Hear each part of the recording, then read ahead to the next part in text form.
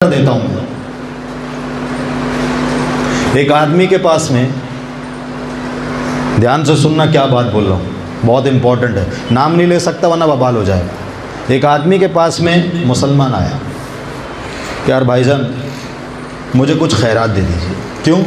मेरे पास में ज़रिया नहीं है। उन्होंने जेब में से कुछ पैसे निकाले और उसके हाथ में दे दिए। ठीक, बात झूठी नहीं है, लेकिन मैंने पहले कह चुका हूँ कि मैं नाम नहीं बता सकता। दे दिया। कौन आया था मांगने के लिए? मुसलमान। ठीक, 2 दिन 4 दिन बाद उसके पास गैर मुस्लिम आया कि साहब मेरे पास में फ़ला फ़ला चीज़ के लिए पैसे नहीं हैं, आपसे गुजारिश है मुझे पैसे दे दीजिए। वो आदमी उठा, खींच के उसके मुंह पे पड़ाका मारा और बोला जा काम कर। कुछ बात समझे? इस बात को बोलने का कोई मकसद समझे कि अगर मुसलमान भिखारी बनता है तो उसको भिखारी रहने दो, लेकिन गैर अगर भीख मांग रहा है तो उसको काम करने की तनबीह दो। ये है हकीकत। आज हमारा यही हाल हो गया। हम लोगों को तोलते फिर रहे हैं, गुजारिश उससे कर रहे हैं जिसका वजूद ख़त्म होने वाला है, लेकिन जो खालिक और मालिक है उसके दरवाजे नहीं खटखटा रहे।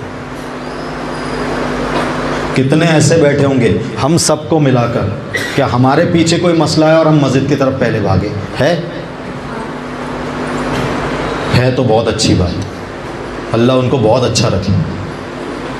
कि अगर कोई मसला है और हम सबसे पहले मस्जिद की तरफ भागे, 2 रकात पढ़े और फ़ौरन दुआ कर लिए। अल्लाह को ये अदा पसंद है। क्यों?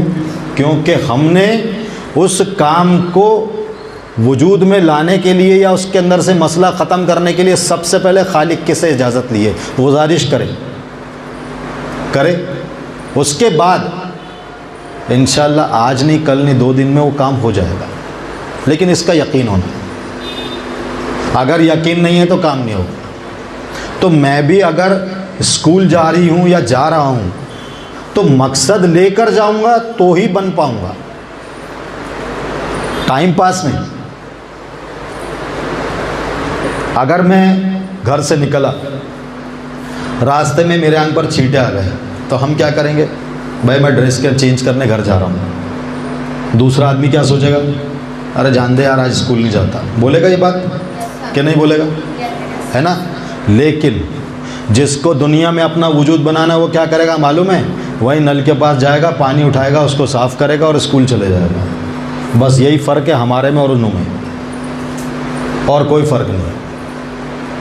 वो अपने काम को अहमियत दे के आगे रखते हैं, हम अपने काम को आखिरी में रखते हैं। वो अपने मकसद को सर पे लेके चलते हैं, और बुरा मत मानना हम हमारे मकसद को पैर पे रख के चलते हैं कि जब चाहे धक्का मारे एक तरफ करे और अपने काम के लिए निकल गए दूसरे निकम्बे कामों के लिए।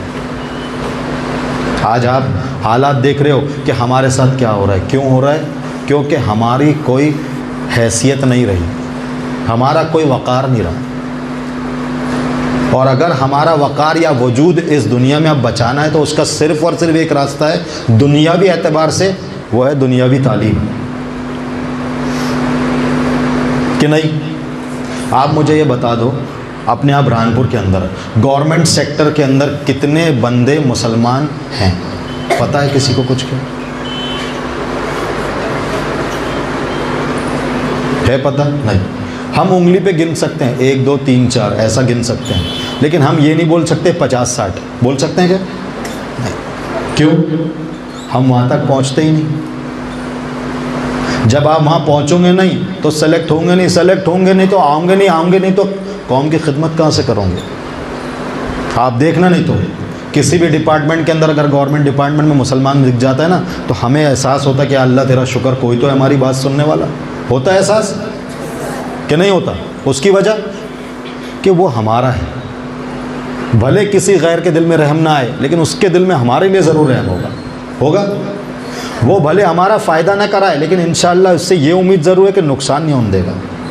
तो फिर हम क्यों कोशिश नहीं करते?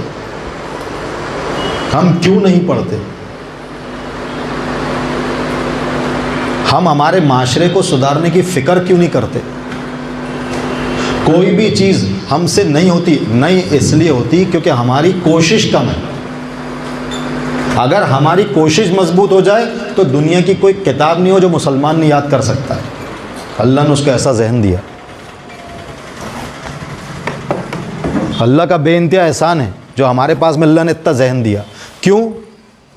क्योंकि हमारे दिमाग का इस्तेमाल उस तरीके का नहीं है जिस तरीके से गैर करता है।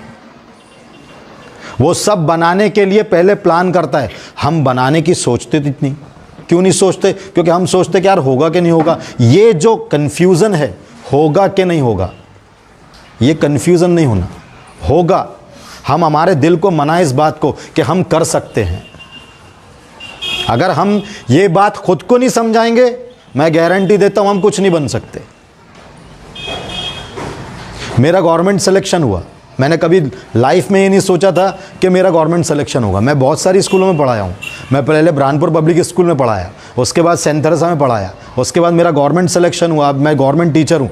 तो मैं सिलेक्शन से गया। अगर मैं ये सोच लेता कि नहीं यार माशरा तो ऐसा है तासुबी, मेरा सिलेक्शन कहाँ से होगा, तो क्या आज मैं गवर्नमेंट टीचर होता? नहीं होता। हाँ, मेरी कोशिश में कमी नहीं रही।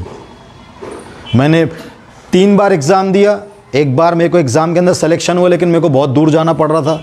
मेरे वालिदैन को मैं छोड़ नहीं सकता था, मैंने नहीं कह दिया।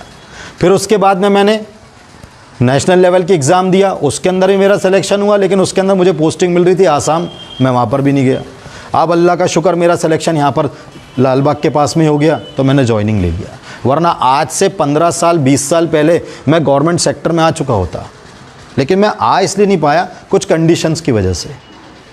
लेकिन ऐसा नहीं हुआ कि किसी ने मेरे लिए सिफारिश करा, अल्लाह का एहसान है। लोगों ने मुझे कहे थे कि गवर्नमेंट स्कूल के अंदर अगर आपको घुसना है तो एग्ज़ाम देना पड़ेगी और बहुत टिपिकल होती है। मैंने कहा अल्लाह है, आप जैसे बच्चों को पढ़ाकर ही मैं एक्सपीरियंस होल्डर बना और उसी एक्सपीरियंस का पूरा इस्तेमाल मेरे को एग्ज़ाम में मिला। तो बार बार पढ़ने से ही हुआ ना। मैं अगर एक टॉपिक को डिसाइड कर लूं कि आज मुझे इस टॉपिक को ख़त्म करना है, फॉर एग्ज़ाम्पल अगर मैं 12th क्लास का स्टूडेंट हूं तो मुझे इंटीग्रेशन पूरे ख़त्म करना है, या डिफरेंशिएशन पूरे ख़त्म करना है, या लिमिट्स एंड कंटिन्यूटी का चैप्टर आज पूरा ख़त्म करना है। भले उसके अंदर मेरे को दिक्कत आए, मुझे क्वेश्चन ना आए, क्या हम स्कूल जाते हैं कि नहीं जाते? जाते हैं। वहाँ पर जो टीचर आता है उसको तनख्वाह मिलती है कि नहीं मिलती? तो फिर हम उससे सवाल क्यों नहीं करते? हमने डिफ़िकल्टी निकाले, ये हमारा हक है। तुम याद रखना ये बात, हमारा हक है कि हम स्कूल में जाके उस टीचर से बोले सर ये क्वेश्चन समझा दीजिए, मुझे कल आया नहीं समझा रहे, कुछ परेशानी है, टीचर नहीं आया है, तो अपने पास में मोबाइल अवेलेबल है कि नहीं है? हम निकम्मी चीज़ों में MB ख़राब कर सकते हैं, काम की चीज़ को डाउनलोड नहीं कर सकते। और देखकर एक बार याद करना कोई नकल नहीं होती, देख के समझ लेना कोई नकल नहीं होती। हाँ, समझने के बाद भूल जाना और फिर कुछ देखना नकल होती है। मुझे मालूम है कि मुझे 10th क्लास के अंदर कितने फार्मूले याद करना है? 110 फार्मूले याद करना है। हाँ, 110 फार्मूले हैं। ट्रिग्नोमेट्री का नाम सुने कि नहीं सुने? सुने ना। टोटल मिला के 110 फार्मूले पूरी 10th क्लास की बुक के अंदर।